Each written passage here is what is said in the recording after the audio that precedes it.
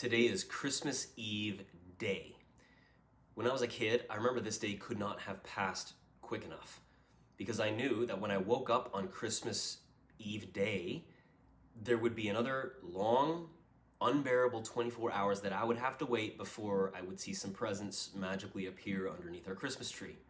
So the sense of anticipation for me as a kid on this day, the sense of anticipation was agonizing. I remember going to the bathroom like 100 times during the course of this day when I was a kid, just in joyful anticipation of what would happen the day after.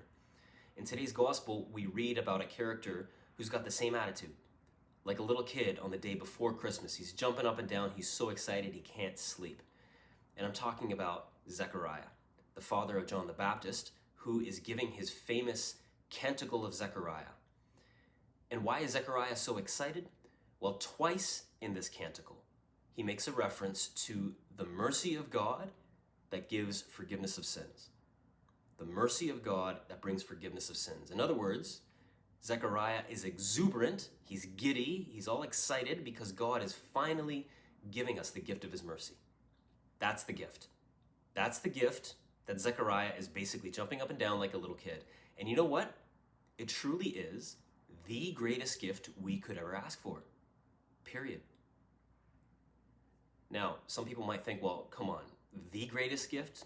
It's a good gift for sure, but I could think of a few other things that I could use this Christmas. Like, we're all in a pandemic, my job is a little unstable, and I've got some relatives who are sick and elderly. Some of them are in the hospital maybe. Here's the thing. As urgent as all of those things are, they still are only temporary. But God's mercy is the ticket we all will need to enter eternal life. And he's given the time that we're living here on earth, currently the time we have here on earth, to receive that gift, to ask for it and to receive it. And the best part about it, it's free for the asking. Remember, God doesn't grant all of our wishes and prayers all the time, 100% of the time. Personally, I wish he would, but I'm not God. I don't have his eternal wisdom. So it's just not the case that he answers each and every one of my prayers. However, there is one prayer that God always answers 100% of the time. Indeed, God has forced himself to answer this prayer. And that is a humble prayer asking, Lord, please have mercy on me. Please forgive me. As Christians, we're living in a very uncertain time, a very uncertain world, and there's not a whole lot that we can count on. And perhaps throughout the course of this pandemic, the list of things that perhaps you had thought you could count on, that list is getting shorter and shorter. But there's still one thing on that list. This Christmas, let's do our best as Christians to appreciate really the only thing we can count on, and that's God's mercy.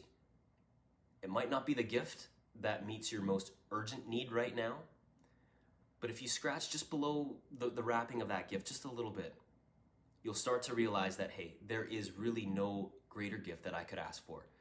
It's my ticket to living forever, my ticket to eternal life, and it's simply a humble request away. And that is definitely a reason to get excited.